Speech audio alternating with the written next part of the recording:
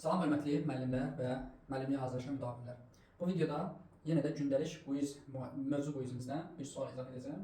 Siz də bu tip quizlər işləmək istəyirsinizsə, bizim asinxron yanvar qruplarımıza qoşula bilərsiniz. Yanvar qruplarına artıq qeydiyyat başlamışdır.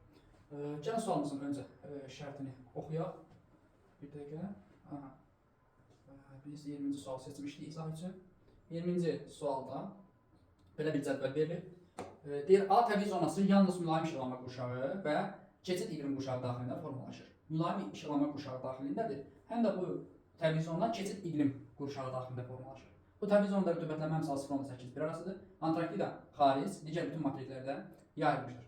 Antarktida xaric digər bütün materiklərdə yayılan təbii zonalarımız gəlin görək hansıdır? Səhra və yarım səhra təbii ki, o yalnız mülayim işıqlanma qurşağında deyil, ona görə çıxırıq. Savanna və seyrək meşə, o da yalnız mülayim işıqlanma qurşağında deyil. Dəyişkən rütubətli meşələr, o da yalnız mülayim işıqlanma qurşağında deyil. Zodyarpaqlı həmişəyaşıl meşə və kolluqlar isə yalnız mülayim işıqlanma qurşağındadır və yalnız subtropik iqlimdə yayılmışdır. İndi deyir ki, A təbii zonası, yəni tapdıq ki, daha söhbət zod, yarpaqlı, həmişəyaşıl meşə və kolluqlardan gedir və A təbii zonası ilə aşağıdakı təbii zonaların oxşar xüsusiyyətlərini seçin. Savanna və seyrək meşə mövsümi rütubətlənməsi cəlb edir.